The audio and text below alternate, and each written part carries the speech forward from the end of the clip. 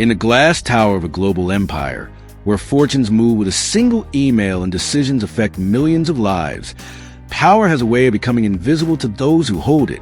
For Victoria Lane, a self-made billionaire CEO, that power was like air, always present, rarely questioned. She was feared, admired, envied, and completely alone. People didn't laugh with her. They laughed for her. They didn't see her as a woman with fears and doubts, only as an untouchable figure at the top of the corporate mountain. Then there was Daniel Reed, her personal assistant. Quiet, precise, always on time, always in the background. He knew every detail of Victoria's life. Her schedule, her meetings, her preferences, even the way she liked her coffee when she was about to fire someone and when she was about to sign a historic deal. To everyone else, he was just the assistant. To Victoria, he was the invisible backbone of her chaos, the only person who dared to tell her no when she was about to push herself past the edge. One Friday evening, exhausted from a brutal quarter and half delirious from lack of sleep, Victoria was staring at the Golden Boss invitation that had arrived that morning. Global Philanthropy Gala, black tie, Billionaire Circle. It was the event of the year. Red carpets, flashing cameras, the world's richest people pretending to care about causes they barely understood. She rolled her eyes and tossed the envelope onto her desk. "You going to that?" Daniel asked, placing a fresh coffee beside her without being asked. "Apparently," she muttered, another room full of sharks in tuxedos. Then, in a rare impulsive moment, she smirked. "You should come with me, Daniel, as my date." She said it like a joke, half teasing, half testing, never expecting to take it seriously. Daniel paused. There was the slightest flicker in his eyes, something between hurt and challenge. "If that's a real invitation, I'll be there," he said calmly. Victoria laughed it off, waving a dismissive hand. Yeah, black tie, royal level only. Don't be late, Your Highness." She forgot about it the second her phone rang, but Daniel didn't. When the night of the gala came, Victoria stepped out of her car onto the red carpet alone. At least she thought she was alone. Cameras flashed, reporters shouted her name, designers begged to know who she was wearing. She posed, adjusted her diamond bracelet, and turned toward the entrance. Then the crowd suddenly shifted. Photographers turned their lenses away from her and toward the curb. A second car door opened, and the man who stepped out did not look like an assistant. He looked like a prince. Before the story continues, there's a question. Where in the world are you watching this from right now? Drop your city or country in the comments, and make sure you stay with this video until the very end, because what happens between this billionaire CEO and her assistant at that gala will completely change how you see status, respect, and true worth. Daniel stepped out of the black sedan with a calm, unhurried grace that turned heads before anyone even saw his face. The tuxedo he wore was midnight blue velvet with a subtle sheen that caught the light like liquid ink. The tailoring was flawless. Sharp shoulders, tapered waist, trousers cut perfectly to his frame. His shoes were polished to a mirror shine. A classic watch rested on his wrist, understated yet undeniably expensive. His hair, usually a little messy from long office hours, was now perfectly groomed. Even his posture had changed. There was no hint of the slight stoop he carried when he pushed carts of documents or rushed behind Victoria in the office corridor. For the first time since Victoria had known him, Daniel moved like a man who believed he belonged anywhere he chose to stand. The security at the entrance instinctively shifted to block him. Habit made them assume anyone not immediately recognizable must be stopped. But then one of them checked his tablet and froze. There, under the VIP guest list, next to Victoria Lane's name, was Daniel Reed, Guest of Honor. Someone had changed his status in the system. That someone was Victoria herself earlier in the week, when the event coordinator insisted every guest companion be fully registered. She barely thought about it when she said, "Put him down as a guest of honor. Whatever, I don't care." She had no idea how much those 3 words would change. As Daniel began walking down the carpet, the murmur started. Who is that? Is he royalty? Is he from some old European family? Is he a royal from the Middle East? A prince? Victoria, already halfway up the steps, heard the hum behind her, She turned, mildly annoyed that someone was stealing the cameras so quickly. Then her eyes locked onto Daniel. For a moment, she didn't recognize him. Her brain was used to seeing him in office lighting, in simple shirts, sleeves rolled up, ties slightly loosened, carrying binders or typing furiously behind a laptop. This version of Daniel, tall, composed, dressed like old money and moving like he'd grown up on red carpets, did not match the file in her head. "Daniel," she breathed, barely audible even to herself. He came closer, each step measured but natural, not a performance, but simply a different side of who he'd always been. When he reached her, he offered his arm with a small, respectful smile. "Good evening, Ms. Lane," he said, voice smooth but steady. "I believe you invited me." Her heart skipped. For the first time in a long time, Victoria Lane, the woman who negotiated with billionaires and crushed competitors, had no idea what to say. She heard her own voice, weak in her memory. "You should come with me, Daniel, as my date." The words had been tossed like a paper ball, careless and amused. Now that joke was standing in front of her, transformed into something she had not prepared for. Part of her wanted to laugh it off, to say, "I was joking." But another part, the part that respected competence and courage, realized something vital. He had taken her at her word. He had believed the invitation was real, because he chose to believe she was not the kind of person who joked about people's dignity. That realization stung. "You clean up well," she managed finally, trying to sound light but hearing the faint crack in her tone. Daniel's smile widened just a fraction. "Thank you. I decided if I was going to step into your world tonight, I should do it properly." Cameras were flashing around them now. Reporters shouting, "Victoria, who's your guest? Victoria, are you two together? Can we get a photo? One more, please. Turn this way." Without fully thinking, she slipped her hand into the crook of his arm. It felt natural in a way that surprised her. Solid, grounded, familiar, and completely new at the same time. As they posed briefly for photos, Victoria caught glimpses of screens on photographers' cameras. She and Daniel side by side looked like a power couple straight out of a magazine. Her in a sleek black gown, him in that midnight tuxedo that seemed to reshape the air around him. Inside, though, her mind raced. "Who are you really, Daniel? How did I never see you like this? How many times have I walked past you without really looking?" A faint heat rose to her cheeks, not from attraction, though that spark was impossible to deny now, but from embarrassment. She was supposed to be the genius who saw value where others didn't. She prided herself on finding overlooked opportunities in markets, in people and ideas. Yet here was the man who had organized her entire life, and she had never once wondered who he was when he wasn't holding her schedule. As they began to walk toward the entrance, still arm in arm, she leaned in just enough to speak softly. "You took my joke seriously." Without looking at her, Daniel replied, calm and unbothered, "I took your word seriously. There's a difference.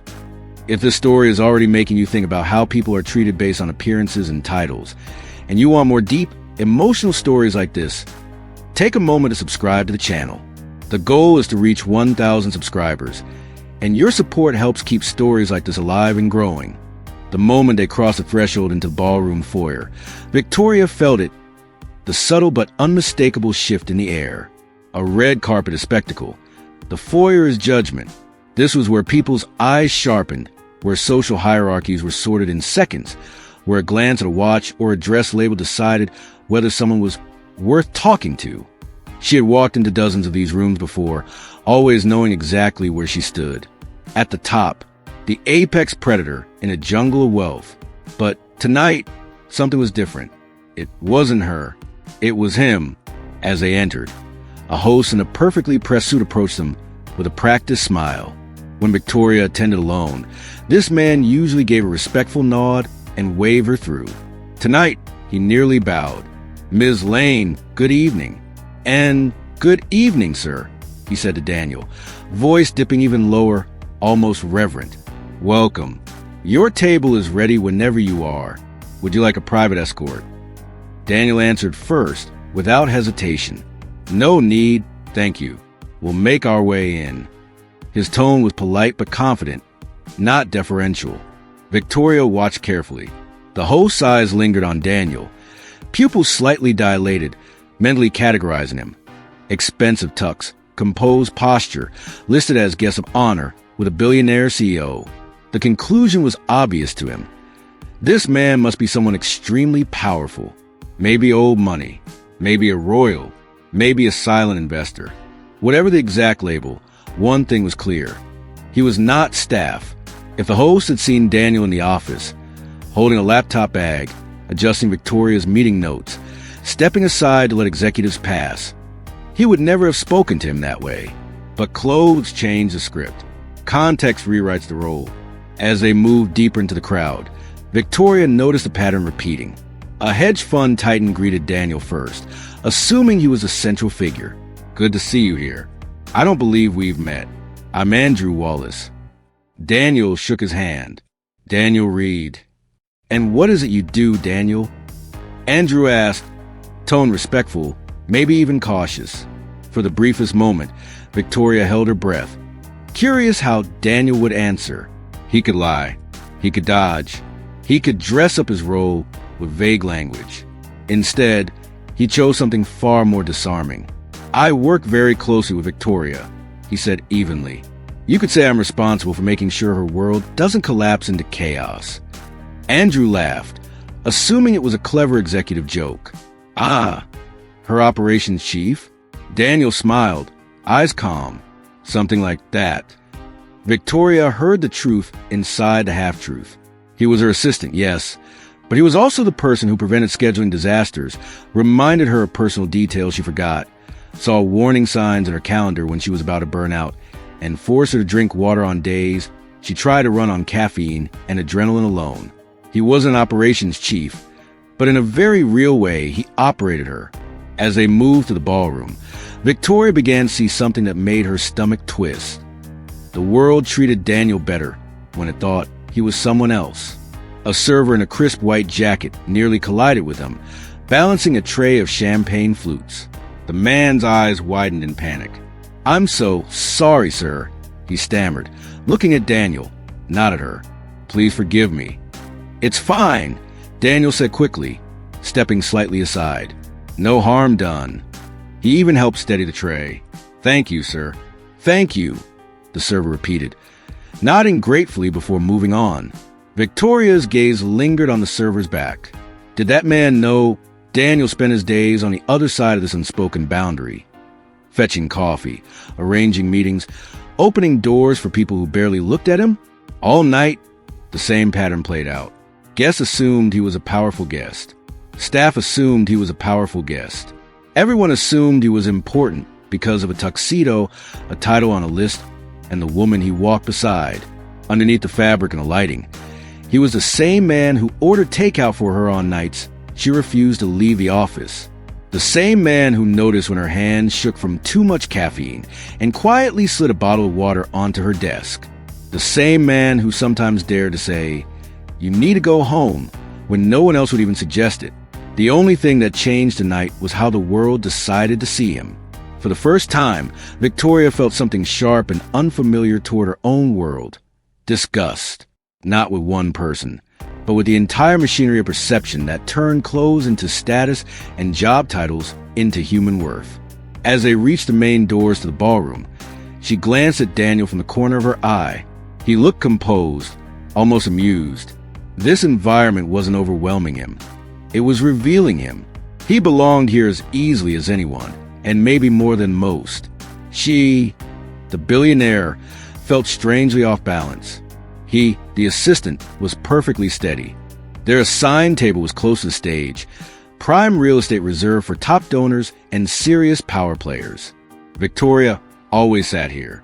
Tonight, the name cards included hers, a couple of tech founders, an international investor, and an old-guard industrial magnate who believed the world still moved at the pace of fax machines. As they approached, the table conversation was already in progress. "So we're looking at a $12 billion valuation before the next funding round," one founder was saying. "Of course you are," the industrial magnate replied dryly. "Everything's worth $12 billion these days, even ideas scribbled on napkins." When the host saw Victoria, he smiled broadly. "Victoria, so glad you could make it." Then his eyes shifted to Daniel, and his posture straightened unconsciously. "And good evening, sir." He quickly checked the name card. "Mr. Reed, a pleasure." The industrial magnate, Gregory Hale, looked Daniel up and down, then back at Victoria. "New partner?" he asked, voice casual but edged. "In a way," Victoria said calmly, taking her seat. "This evening, yes."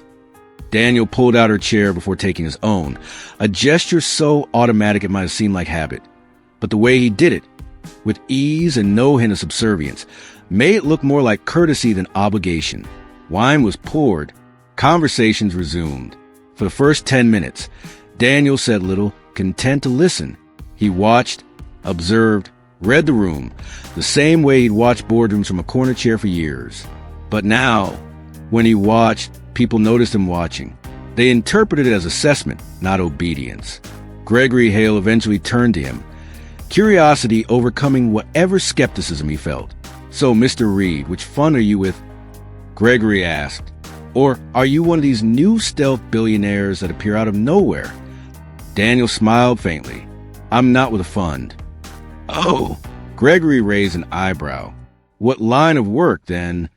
"I work with Victoria," Daniel said. "I've been at her side for the last 4 years." Gregory chuckled. "Ah, so you're in tech as well. Another brilliant mind from the digital revolution, I assume." Across the table, Victoria's heart beat a little faster. She knew this moment was coming. The one where everyone realized Daniel wasn't what they assumed. She waited to see what he would say. He could invent a vague title. He could inflate his role. A single word, executive, would change everything. "I'm her assistant," Daniel replied simply. The word landed on the table like a dropped glass. No one visibly flinched, but there was a subtle tightening around eyes, a shift in posture, an almost imperceptible recalibration. The founder, who'd been bragging about his valuation, suddenly turned his attention back to his phone. Gregory blinked. The investor's smile turned stiff. Someone took a sip of wine who hadn't intended to. "Her assistant," Gregory repeated slowly, as if testing the taste of the word. "Interesting." Victoria felt heat rise up her neck. Not at Daniel, but at the table, at the way they downgraded him in their minds in real time, just because of one word, assistant, as if being the person who kept her world functioning was somehow trivial. Gregory tried to recover his tone. "Well, these days, the right assistant can be invaluable, I suppose." Daniel didn't look offended. He didn't shrink. He didn't apologize for his title. He held Gregory's gaze with quiet steadiness. "That's true," Daniel said. "The right support can make or break an entire empire. I've had a front row seat to watch Victoria build and protect hers." There was no arrogance in his voice, only fact. And that subtle assertion of perspective, the reminder that he had seen what most of them never would, made Gregory shift slightly in his chair. "And what have you learned from that front row seat?" asked the international investor, intrigued despite himself. "That power is never as secure as it looks from the outside," Daniel replied. "That the people everyone overlooks often know the most, and that how someone treats the ones who work in the shadows tells you more about their character than their charity speeches ever will." Victoria swallowed. Those words weren't just about the room. They were also, in part, about her. The investor leaned back, impressed. "You sound more like a philosopher than an assistant. Titles don't determine perspective," Daniel said simply. Victoria studied him in profile, aware that something was shifting inside her. She had always known he was competent. She had always valued his reliability. But this calm, articulate, quietly sharp man was someone she had never fully allowed herself to see, all because she decided his job defined his ceiling. Now the room was trying to put him back in a box with their lowered interest, but his presence, his words, did not fit inside it anymore. For the first time in her career, Victoria wasn't just evaluating a potential executive or rival. She was watching someone she'd taken for granted reveal himself as her equal, in a room that didn't know what to do with that revelation. Dinner arrived in careful courses, delicate starters, small portions arranged like art, steak cut So precisely it looked machine-measured. Conversation swirled around market trends, political forecasts, and subtle status games disguised as small talk. But Victoria's attention kept drifting sideways to Daniel. He wasn't dominating the conversation. He wasn't trying to impress anyone. But whenever someone drew him in, he responded with intelligence and restraint. Never oversharing, never bragging. He asked questions that cut through surface-level talk and went straight to the core of issues. How do your decisions affect your lowest-paid workers? What happens to the small suppliers if your acquisition goes through? What's your exit plan if your valuation bubble bursts? These were not the questions of a man dazzled by money or power. They were the questions of someone who saw systems, consequences, lies behind the numbers. And the way he listened, really listened, made people reveal more than they intended. As she watched him, memories began to surface. Flash. 2 years ago, 2 a.m. in the office. She was ready to sign a deal that would lead to layoffs in a newly acquired company. Daniel had placed a report on her desk. A quiet analysis of alternative restructuring options that could save jobs without tanking shareholder value. You might want to see this before you sign, he'd said. She'd skimmed it, annoyed at first, then realized he was right. She'd taken the alternative path. The board had praised her strategic compassion. She'd never credited the man who'd handed her the idea. Flash, a major investor meeting. She'd been about to walk in wearing anger like armor after a board member leaked a story to the press. Daniel had stepped in front of her, blocking the door. If you go in like this, you'll give them exactly the reaction they want. Take 5 minutes. He'd handed her a glass of water and simply waited. She'd calmed, reset, and walked in composed. The deal hadn't collapsed. She called it discipline. It had actually been Daniel holding the line. Flash, her father's funeral. She hadn't invited anyone from the company. She'd told Daniel to clear her schedule, nothing more. At the end of the service, standing alone near the grave, she turned, and there he was. No flowers, no dramatic speech, just presence. You shouldn't be here, she'd said. I wasn't sure you'd want me here, he'd replied. But if something goes wrong at the office, it can wait. This can't. She'd said thank you, voice brittle, and never mentioned it again. Tonight, the weight of all those moments pressed on her chest. How had she never really seen him? Are you okay? Daniel's voice cut softly into her thoughts. She blinked, realizing she'd been staring. I'm fine, she answered automatically. He tilted his head, unconvinced. That's your live voice. She blinked again. My what? Your live voice, he repeated, low enough for only her to hear. You use it when you say you're fine, but your right hand tightens on silverware, and you forget to blink. Her breath caught. How many tells did he know of hers? How many storms had he navigated silently just by reading the tiny cracks in her armor? I'm just thinking, she admitted. Dangerous habit, he teased gently. You might start seeing things you've been avoiding. She gave a faint, humorless smile. You have no idea. He studied her for a second, then looked away, giving her space. That was something else about Daniel. He always seemed to know when to lean in and when to pull back. All these years, she had framed his intuition as useful. Tonight, she was starting to recognize it for what it was, rare emotional intelligence. In a moment of unusual vulnerability, she leaned closer, letting the hum of the ballroom mask her words.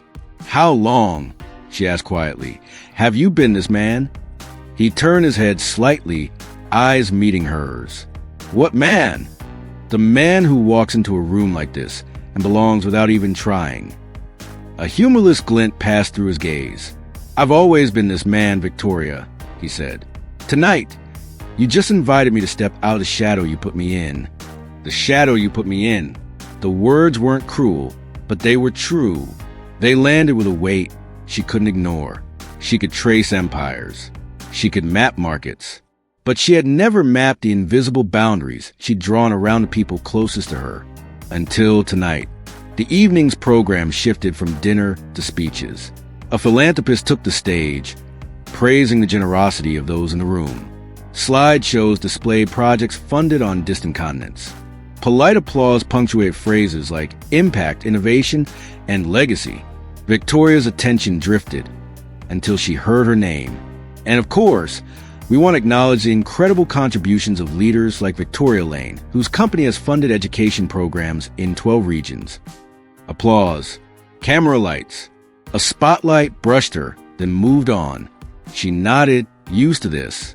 What she wasn't used to was what came next. During a break between presentations, a group formed near their table. Board members, rival CEOs, and people who never miss a chance to circle visible power like vultures around a carcass. Gregory Hale, the industrial magnate, had clearly had a few too many glasses of wine. His cheeks were flushed, his voice louder. "So, Victoria," he said, leaning in with a smirk, "you always surprise." He lifted his glass slightly toward Daniel. "Bringing your assistant as your date. Bold move. Is this the new corporate culture? Promote from the bottom, socially at least." A couple of weak laughs came from the group. Social cues told people they were supposed to find that funny. Some smiled tightly. Others looked away. Victoria felt a cold, precise anger rise inside her. Not the wildfire fury she unleashed on competitors, but something sharper, cleaner, directed. She opened her mouth to respond, but Daniel's voice came first. "Mr. Hale," Daniel said calmly, turning toward the older man. "With respect, if you think being assistant is the bottom, you don't understand how your own world runs." The group quieted. Gregory blinked, surprised that the assistant had spoken at all. "Excuse me," Gregory said, smile fading. "Who manages your calendar?" Daniel asked, voice steady. "Who protects your time? Who filters information before it reaches you? Who coordinates your teams, shields you from distractions, and makes sure you show up in the right place at the right time with the right information?" Gregory frowned. "My staff, obviously." "Exactly," Daniel said. "The people you just framed as the bottom. Remove them, and your empire collapses within a week, maybe faster." The air tightened. People were listening now, not out of politeness, but out of genuine attention. Gregory tried to laugh it off. "You have opinions. I'll give you that." "They're not just opinions," Daniel replied, still polite, still calm. "They're observations from years of watching powerful people treat the ones who keep them functioning as if they're disposable. Then those same leaders act surprised when loyalty disappears, when leaks happen, when execution fails." A thin silence settled over cluster. Daniel continued, not raising his voice, but letting his words cut clean. "Respect isn't something you earn only from the top down. It's something you build from the bottom up. How someone treats assistants says more about their character than their net worth ever could." Someone in the circle exhaled softly. A woman from another firm murmured, "He's right," almost under her breath. Gregory opened his mouth, then closed it. There was no clever comeback that wouldn't make him look worse. He lifted his drink, pretending he'd meant no harm. Victoria watched the entire exchange with a strange mix of pride and shame. Pride, because Daniel had defended not only himself, but every invisible person in rooms like this. Shame, because his words applied to her too. Maybe not in such a crude way as Gregory's, but in subtler, quieter choices. In the way she joked. In the way she'd assumed he'd never say yes to that invitation. "Mr. Hale," Victoria said, stepping in, her voice cool but controlled. "If I had to choose between a room full of people with titles and one assistant who actually understands the value of respect, I'd choose the assistant every time." A few people chuckled, not at Daniel, but at Gregory. For the first time that evening, it wasn't Daniel who looked out of place. It was the billionaire. Later, needing air, Victoria slipped out onto the balcony that overlooked the city, a glittering sprawl of light stretching to the horizon. The glass doors muffled the ballroom noise, turning speeches and clinking glasses into a distant hum. She placed her hands on the cool railing, breathing in the night. It smelled like rain on concrete, perfume carried on the wind, and something else. Change, maybe, if change had a scent. Behind her, the door opened and closed softly. "Should I schedule your existential crisis for another time?"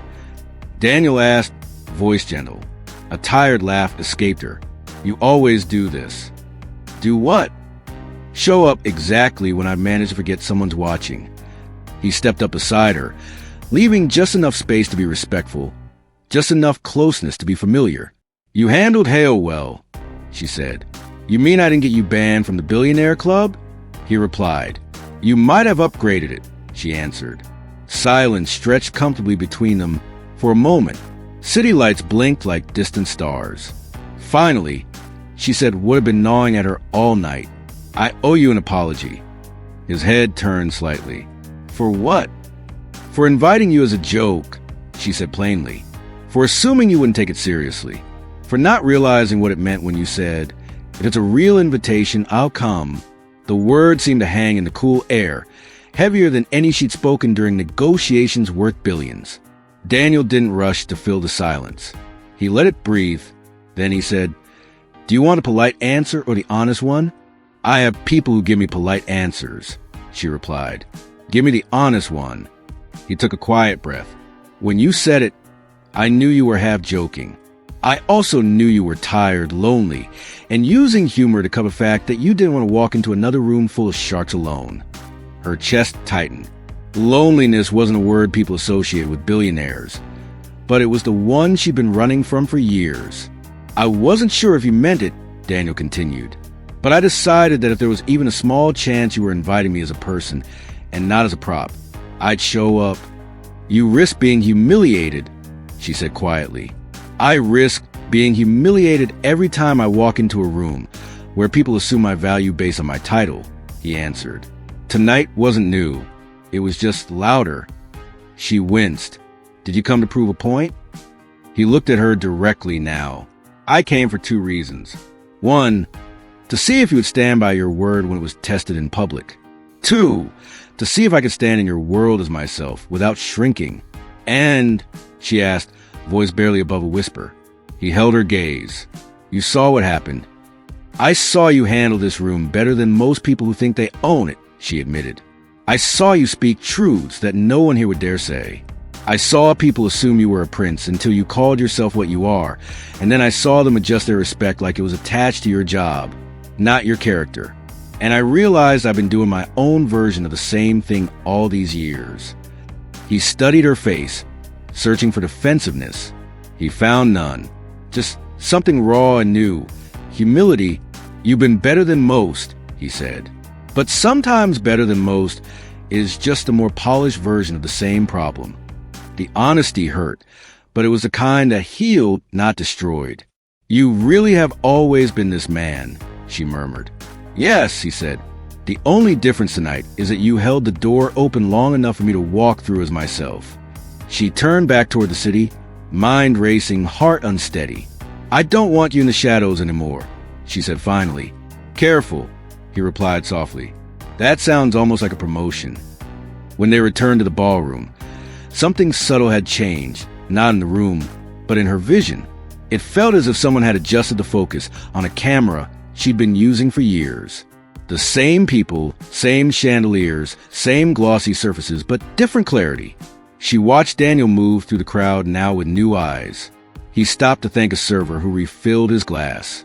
Not a distracted thanks, but eye contact, a small nod of genuine appreciation. The young man's shoulders straightened a little, as if that simple acknowledgement had added an inch to his height. He held open a door for an older woman carrying a heavy bag, even though technically staff were there to handle it. He didn't flinch when a financier brushed past him without so much as an excuse me.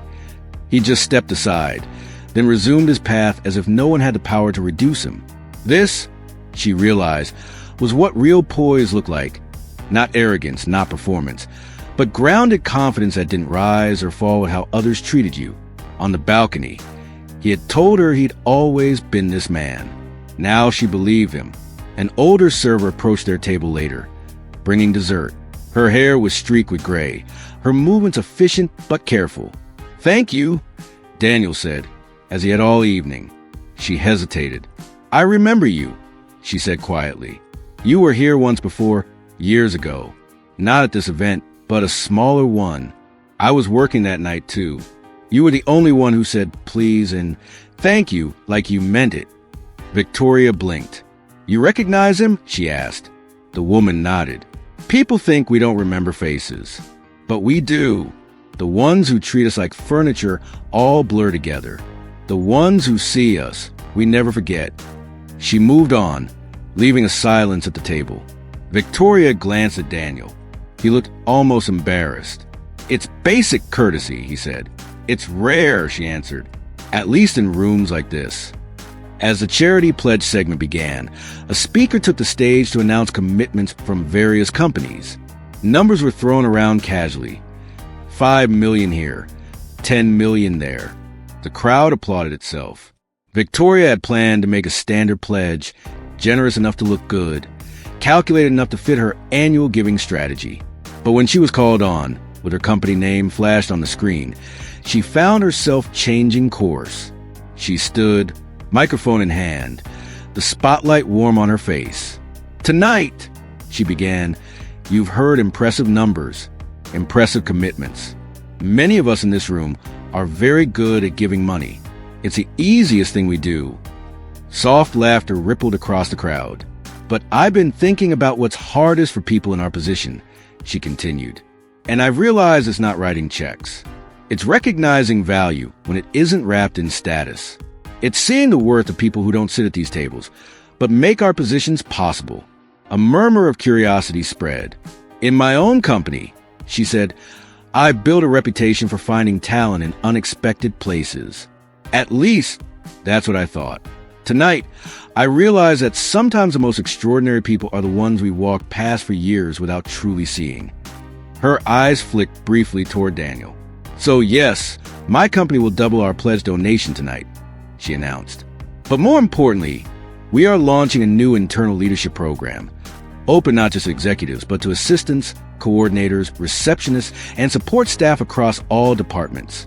People who see everything, who hold everything together, and who are often treated as if their ceiling is defined by their job title." The room reacted, some with polite applause, some with genuine interest, some with confusion, some with quiet resentment. "We talk about equality and opportunity," Victoria said. "It's time we reflect that not just in charity events, but inside our own walls." She handed the microphone back and sat. Daniel looked at her, a question in his eyes. "That sounded a lot like you," she said under her breath. "You're not the only one who can learn from a front row seat." The gala von down slowly, as these events always did, people lingering at tables, exchanging cards, promising to connect soon and never meaning it bat for Victoria. The night was the fading. It was sharpening into a pivot point. In the car on the way back, the city slid by outside, glass, steel, billboards, traffic lights flickering like veins of light.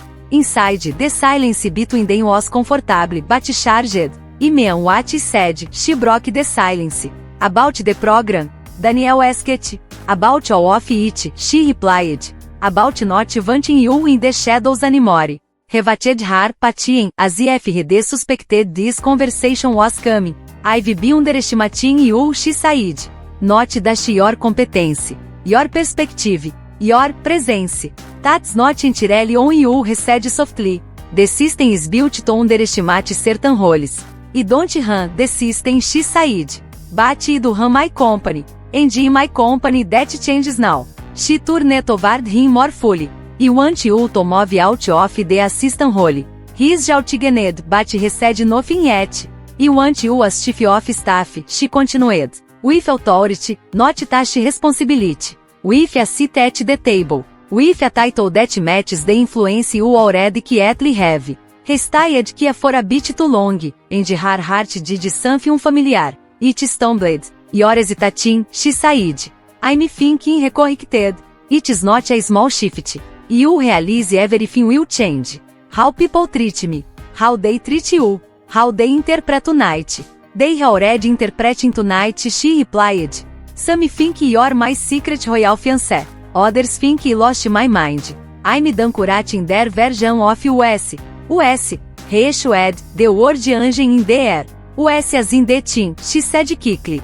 Then, after I chat more quietly and maybe, more than that. Eventually. If we don't ruin it first. Reisha led a breath that was almost a loud. You do realize your mission a promotion speech with something dangerously close to a personal confession. I don't do boundaries very well when I'm tired, she admitted. But I do know this. I trash you more than anyone in my life. That's not just professional. That's everything. He looked down at his hands, then back at her. I need you to understand what you're asking. Chief of Staff is the title. It means people will see me differently. Some will respect it, some will resent it, some will say it didn't earn it, that you gave it to me out of favorites. She met his eyes steadily. Have you earned it? You know I have, he said. Then I'm not giving you anything. I'm correcting a mistake. The car slowed as they approached her building. The driver pulled to a smooth stop. One condition, Daniel said. She raised a brow. You're negotiating with a billionaire in the back of her own car? I'd be a bad chief of staff if I didn't, he replied. Condition is this: the program you announced tonight? It goes beyond me. You don't get to just elevate one assistant and feel virtuous. You build a real pipeline. You create real opportunities for others. You let them prove themselves the way you're finally letting me. She studied him, a slow smile for me. You realize you just gave yourself more work? I thought you said you're correcting a mistake, he replied.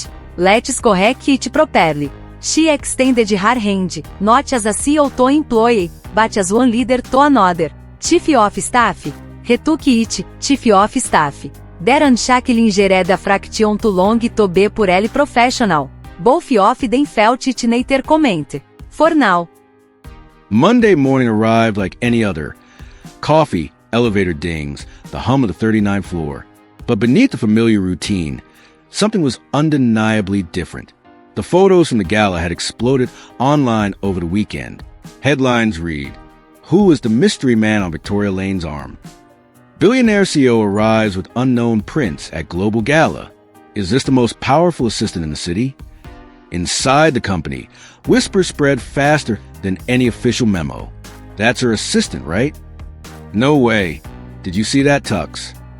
I heard. He shut down Gregory Hale in front of everyone. Apparently he's chief of staff now. What even is a chief of staff? Apparently him. Daniel walked into the office not in a tuxedo, but in his usual suit, tailored now, a subtle upgrade, but still the same basic uniform. A simple tie, a leather notebook in hand. No crown, no entourage. Yet people moved differently around him. Some straightened up when he passed. Suddenly aware that the man they used to send last-minute requests to might now influence decisions at the highest level. A few smiled too widely, well-practiced flattery lighting their faces. Others avoided eye contact, unsure how to interact with someone whose status had shifted while they weren't looking. He greeted the receptionist by name. As always, he held the elevator for a junior analyst juggling a laptop and coffee. He didn't change his walk, his pace, his tone. In the corner office, Victoria watched through the glass as he crossed the open-plan space. For the first time, she saw her own company as he must have seen it for years. Who got greeted, who got ignored, who got credit, who got blamed. A knock at her door. "Come in," she said. Daniel stepped inside, not as the man who hovered by the doorway waiting for instructions, but as someone who now had standing in the room. "Your 9 a.m. wants to push to 9:30, he said. "I told them no." "You told them no?" she repeated, half amused. "You haven't eaten breakfast," he replied. "You have back-to-back meetings until 2. If they can't respect 9, they don't deserve 9:30. She stared at him, then laughed. "I promoted you and somehow made my life safer." "That was the idea," he said. They moved through the morning together in a new rhythm. He sat in on strategy calls, not to take notes, but to ask questions. He pointed out blind spots and expansions they were considering. He flagged internal morale issues she'd missed. When an executive dismissed a concern from a junior staffer, Daniel brought the point back with force and clarity the second the call ended. "Don't ask for input if you're going to ignore it," he said bluntly. "It's how you create disengagement at scale." Victoria didn't argue. She wrote it down. By noon, word of his new role was officially announced in an all-staff email. "Effective immediately," the message read. Daniel Reed will serve as chief of staff, reporting directly to me. Many of you know him already. If you don't, you've benefited from his work without realizing it. That changes now. In the cafeteria, the reactions were mixed. He deserves it, said one project manager. He's been running half this place from the hallway for years. This is going to upset some people upstairs, muttered a VP. They're not going to like an assistant leapfrogging them. Then maybe they should have done assistant-level work with that level of commitment, replied someone else dryly. That afternoon, as Daniel returned from a floor walk, his own idea to meet team leads at their desks, one of the newer assistants stopped him. Mr. Reed? Daniel, he corrected gently. Daniel, I just want to say, seeing what happened at the gala and today, it makes me feel like maybe this job doesn't have to be my ceiling. So, thank you. He smiled, something warm and steady in his gaze. Don't wait for a gala to prove who you are. Start acting like the job you want, even while you're in the job you have. But don't let anyone tell you your current job makes you less. It doesn't. The assistant nodded, visibly encouraged. That night, as the building emptied and city lights blinked on outside, Victoria and Daniel stood once again in her office. The same room, the same view, different world. Do you regret coming to the gala? She asked. Not for a second, he replied. Do you regret inviting me? She thought of the red carpet, the stairs, the humiliation that had backfired, the balcony conversation, the promotion, the program, the way her company felt different already. No, she said. I regret not seeing you sooner, but I don't regret where it brought us. He nodded, accepting the honesty. You know, she added, the media still thinks you're some kind of prince. I am, he said lightly, just not the kind they think. What kind, then? She asked. The kind that doesn't need a crown, he answered. Only a chance to stand where he always belonged. For the first time in a long time, she felt something she didn't often experience at the top of her empire. Hope.